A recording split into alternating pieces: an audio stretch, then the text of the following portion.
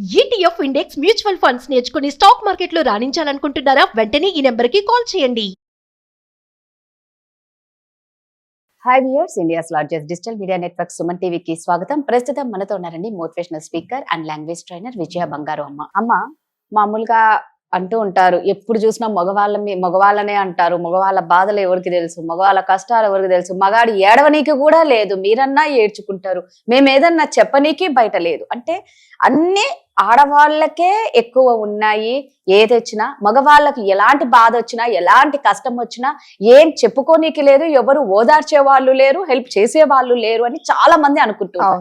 అంటే ఎంతో మంది చేసిన దానికి చెయ్యని వాళ్ళని కూడా లెక్కలోకి వేస్తారు. సో మగవాళ్ళ కష్టాలు నిజంగా ఫస్ట్ ఎలా ఉంటాయి చెప్పం? అంటే జనరల్ గా మగవాళ్ళు మృగాలు, మగవాళ్ళు దయలేని వాళ్ళు, మగవాళ్ళు ఆడవాళ్ళని బాధ పెడతారు. ఆడవాళ్ళ కళ్ళల్లో నీళ్లు చూస్తే మగవాళ్లకు చాలా సంతోషం.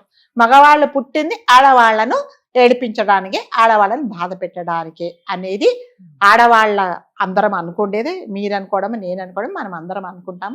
కానీ మగవాళ్ళు కూడా ఆడవాళ్ళ కంటే కొన్ని పరిస్థితుల్లో బాధపడుతున్నారు అని. కానీ అంటే జనరల్ గా లేడీస్ ఏముందండి, ఆడవాళ్ళు కష్టం వస్తే ఏం చేస్తారు, నలుగురికి వెళ్ళి చెప్పుకుంటాం. ఆడ భుజం మీద తలవాల్సి వీళ్ళ వాళ్ళు పెట్టుకొని ఏడ్చేసి ఓ నా కష్టాలు వచ్చేసినాయి, ఏమీ లేదు ఎవరు వినలేదంటే వీధిలోకి వచ్చి 10 మందిని పోగు చేసుకొని నా కష్టాలు ఏంటో నేను చెప్పుకుంటాను, అయ్యో అనగానే నాకు ఇక కష్టం అంతా తీరిపోయి నాకు ఓదార్పు వచ్చేస్తుంది, కొంచెం బాధ తగ్గిపోతుంది. సో ఆడవాళ్లకు అలాంటి ఉపశమనం కలుగుతుంది. ప్లస్ చట్టాలు కూడా ఎలాగున్నాయంటే, ఒక భార్యాభర్త కొట్లాడుకున్నారంటే ఫస్ట్ తీసుకెళ్లి వాడిని వేసేస్తారు. ఏమినదు, అయ్యా నా తప్పేం లేదయ్యా బాబు, ఆమె కావాల్సినన్ని కొనిచ్చాను నేను, మరి ఆ అప్పులు నన్ను 10 కోట్లు అప్పు చేయమంటుంది, నా చేత కాదు, నా జీతం ఇంతే అంటే వినట్లేదు అంటే, అది కాదు నువ్వు ఆడదాన్ని, ఆమె చెప్పింది వినలేదు, పదా లోపలికని తీసుకెళ్లి వేసేస్తున్నారు. సో మగవాళ్ళు ఏంటంటే, కొంతమంది మగవాళ్ళు ఏం చెప్పుకోవాలో అర్థం కాక, అంటే జనరల్ గా మగవాళ్ళకి ఏదైనా బాధ వస్తే ఏంటంటే ఆడదానిలాగా ఏడుస్తున్నాం అని అంటారు. సో వాళ్ళ పాపం వాళ్ళ బాధలు ఎవరికి చెప్పుకోలేరు. కొంతమంది అంటే బాధలు చెప్పుకోలేక ఎవరికన్నా చెప్తే మమ్మల్ని చూసి నవ్వుతారేమో అనుకొని వాళ్ళే కుమిలిపోయి ఒంటరిగా వాళ్ళు చాలా బాధపడే వాళ్ళు కూడా నాకు కొంతమంది తెలుసండి. అంటారు, అదే అంటారు, మేడం మీరు ఎన్నో ఎపిసోడ్స్ చేశారు, ఎప్పుడు ఆడవాళ్ళ గురించి మాట్లాడతారు. నాకు మొన్న మా ఇంట్లో ఏదో ఒక చిన్న గెట్ టుగెదర్ అయితే ఇద్దరు వచ్చారనమాట ఫ్యామిలీ. పాపం వాళ్ళ వైఫ్ లేదు. అతను నన్ను, మేడం మీతో మాట్లాడాలి అంటే చెప్పండి అంటే అని చెప్తున్నాడు. మేడం నా తప్పు ఏమీ లేదండి, మీ అందరికీ నా లైఫ్ తెలుసు, నా జీతం నేను ప్రతి నెల నాకు 2 లక్షలు వస్తుంది, మా ఆవిడే ప్రతిరోజు షాపింగ్ అంటది, ప్రతిరోజు పార్టీలు అంటది, ప్రతిరోజు గెట్ టుగెదర్లు అంటది, ప్రతిరోజు బయటకు వెళ్ళాలంటే ప్రతిరోజు బయటనే తినాలంటది. మరి నా చేత కాదండి, నేను తప్పు చేయలేను అన్నందుకు నా మీద హెరాస్మెంట్ కేసు పెట్టిందండి. ఇందులో నా తప్పేముంది చెప్పండి? ఏం లేదు, తప్పేమి లేదండి, అతనిది ఏమీ తప్పలేదు.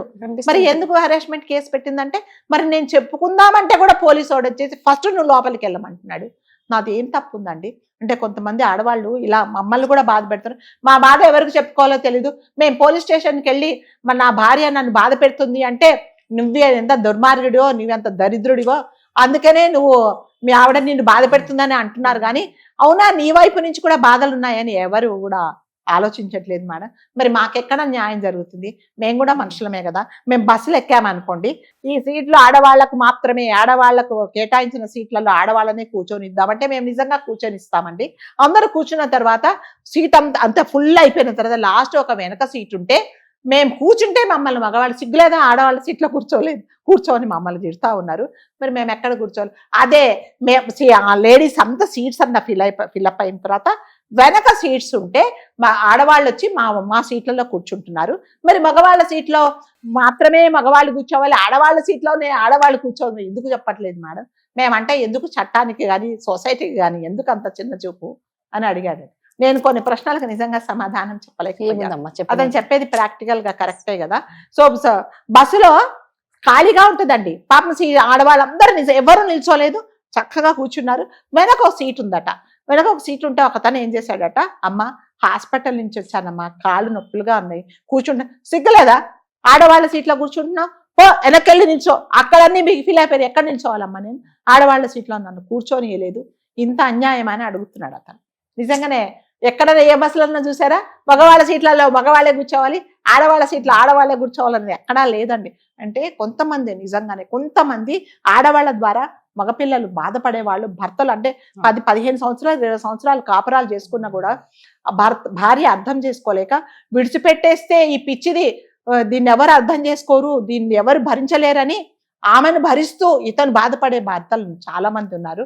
కాబట్టి ఆడవాళ్ళు ఏంటంటే కొంతమంది పర్పస్ఫుల్ గా పెళ్లి చేసుకొని తర్వాత అతని దగ్గర నుంచి అంతా లాగేసుకొని మళ్ళీ కోర్టులకు వెళ్ళి ఆమె ఈవెన్ దో షీఈ్ ఎంప్లాయ్, ఆమె వర్క్ చేస్తున్నా కూడా ఆమె ఎర్నింగ్ అయినా కూడా కోర్టుకి వెళ్ళేసి నాకు ఇంత మెయింటెనెన్స్ కావాలని చాలా మంది కోరుకుని, నేను ఎప్పుడో కొన్ని రోజుల కిందట ఎక్కడో చదివాను, ఒక జడ్జి దగ్గరికి వెళ్ళి ఒక ఆవిడ ఎంత అడిగింది తెలుసా, నెలకు 50 లక్షల రూపాయలు మెయింటెనెన్స్ అడిగిందంట.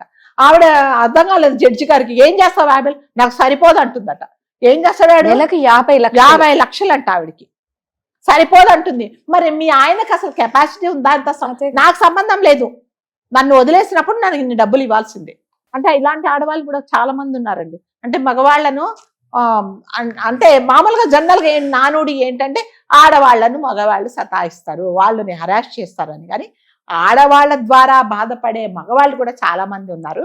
అంటే పర్పస్ఫుల్ గా కొంతమంది 4-5 పెళ్లిళ్ళు చేసేసుకొని 2-3 పెళ్లిళ్ళు చేసుకొని వాళ్ళ అవసరాలు తీరిపోయిన తర్వాత ఆడవాళ్ళు కూడా ఇంకా నువ్వు ఏదో ఒక కేసు పెట్టేసి అతన్ని ఇరికించేసి వెళ్ళి కోర్టుకి వెళ్ళేసి మెయింటెనెన్స్ తీసుకునే వాళ్ళు కూడా ఉన్నారు. అంటే వీళ్ళు ఏమంటున్నారంటే జనరల్ కొంతమంది మగవాళ్ళు ఏమంటారంటే, నేను విన్నది ఏంటంటే, ఇప్పుడు ఆమె కూడా సంపాదించుకుంటుంది కదా, ఆమె కూడా సంపాదించుకుంటుంది, మరి నేనెందుకు మెయింటెనెన్స్ ఇవ్వాలా? ఇప్పుడు మెయింటెనెన్స్ అనేది ఏంటంటే, ఒక భార్యను భర్త వదిలేసినప్పుడు భార్యకు అంటే తన జీవనాధారం ఏముండదు కాబట్టి భర్త తెచ్చిస్తేనే భార్య బతకాలి కాబట్టి ఎస్ కంపల్సరిగా మేము ఇస్తామండి. మరి ఆమెనే నాకంటే ఎక్కువ జీతం సంపాదించుకుంటుంది, మరి మేమెందుకు ఇవ్వాలి? ఇప్పుడు అందుకే ఇప్పుడు కొత్త చట్టం ఏమో వచ్చింది కదమ్మా, ఇప్పుడు భార్య సంపాదిస్తే భర్త భరణం ఇవ్వాల్సిన అవసరం లేదు. అది నిజంగా కరెక్ట్ అయితే చాలా మంచిదే. అంటే కొంతమంది మగవాళ్ళు కూడా బాధపడే వాళ్ళు ఉన్నారు, వాళ్ళ గురించి మాత్రమే. కొంతమంది ఎట్లా అంటే అమ్మాయిల్ని భార్యల్ని కావాలని ఇవ్వరు, వాళ్ళ గురించి అయితే అసలు కాదండి. మేము ఆడవాళ్ళని గురించి వ్యతిరేకంగా మాట్లాడటం లేదు, నాకు తెలిసిన ఎక్స్పీరియన్స్, నాకు తెలిసిన వాళ్ళు మాట్లాడింది మాత్రమే నేను చెప్తున్నాను. కాబట్టి కొంతమంది కావాలనండి ఇంటికి వెళ్తే ఒక నరకం చూపిస్తారనమాట. ఏవో ఒకరు పాపం అతను పొద్దునంతా జాబ్ చేసి వస్తాడండి, పొద్దునంతా కష్టపడి వస్తాడు, ఇంటికి కానీ పదే షాపింగ్ వెళ్దామంటది. కాసేపు ఉన్న తర్వాత అట్లా కాదు, అది కాదు, నేను చెప్పంగానే పద మా అమ్మ వాళ్ళకి ఫోన్ చేస్తా, లేకపోతే పోలీస్ స్టేషన్కి వెళ్తా. నేను ఆయన ఏదో పాప ఏదో కడుపు నిండి అప్పుడే తినొచ్చింటాడు, ఇదిగో నీ కోసం నేను ఈ వంట చేశా, నాకు వద్దు అంటే నేను పెట్టింది నువ్వు తినలేదు, నన్ను అరెస్ట్ చేస్తున్నాడు, ఫోన్లు లేకపోతే పోలీస్ స్టేషన్లు, పంచాయతీలు. ఏం చేస్తానండి వాళ్ళు మాత్రం, వాళ్ళు కూడా మనుషులు కదా, మనమేలాగా వాళ్ళు కూడా మనుషులే. మన కుటుంబం కోసం, మన ఫ్యామిలీ కోసం, మన పిల్లల కోసం, మీ పిల్లల కోసమే వాళ్ళు ఎంతో కష్టపడి మగవాళ్ళు పొద్దున వెళ్ళి బయటికి వెళ్ళి ఎన్నో ఓర్చుకొని కదా, చేతికారాలు ఎదుల్చుకొని ఎంతో కష్టపడి వాళ్ళ ఇంటికి వచ్చినప్పుడు వాళ్ళను చూసుకోవాల్సిన బాధ్యత కూడా ఆడవాళ్ళుగా భార్యలుగా ఉంటది.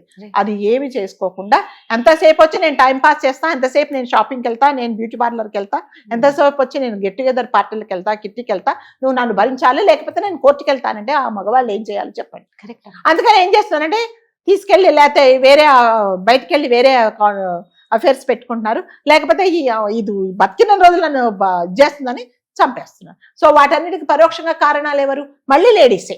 కాబట్టి నిజంగా నీతి నిజాయితీగా మిమ్మల్ని చూసుకుంటే వాళ్ళు మగవాళ్ళు ఉంటే వాళ్ళ ప్లేస్ లో ఉండి వాళ్ళ బాధను కూడా కొంచెం మీరు అర్థం చేసుకొని ఉంటే బాగుంటది. లేకపోతే ఎంతసేపు వచ్చి మగవాడు అంటే భరించేవాడే కాబట్టి మేము ఏం చేసినా కూడా వీళ్ళు మాకు డబ్బులు ఇవ్వాల్సిందే అంటే ఏమవుతుందంటే కొన్ని రోజులు ఆడవాళ్ళు ఎట్లా వెనక్కు తిరుగుతున్నా మగవాళ్ళు కూడా మళ్ళీ అదేంటి వాళ్ళు కూడా వెనక్కు తిరిగారు అనుకోండి, వెనక్కు మాట్లాడి వాళ్ళు కూడా మేము చూడము అంటే ఏం చేయలేదు. సో తప్పకుండా భార్యను పోషించాల్సిన బాధ్యత మళ్ళీ చెప్తున్నా భర్తదే. ఎటువంటి పరిస్థితుల్లో నీకు ఎటువంటి సోర్స్ ఆఫ్ ఇన్కమ్ లేనప్పుడు నీ పిల్లలకు నీకు అతనే చూడాలి కాబట్టి అతని వల్ల నువ్వు నష్టపోయావు కాబట్టి తప్పకుండా అతనికి మెయింటెనెన్స్ ఇవ్వాల్సింది. అతనికంటే నువ్వు డబ్బులు ఎక్కువ సంపాదిస్తున్నప్పుడు, అతనికంటే నువ్వు ఫైనాన్షియల్ గా హయ్యర్ పొజిషన్ లో ఉన్నప్పుడు నీ డబ్బులేంటి నువ్వే నాకు అవసరం లేదని మీకు మీరు బతకాలి. రైట్. సూపర్ అమ్మా, థ్యాంక్ యూ.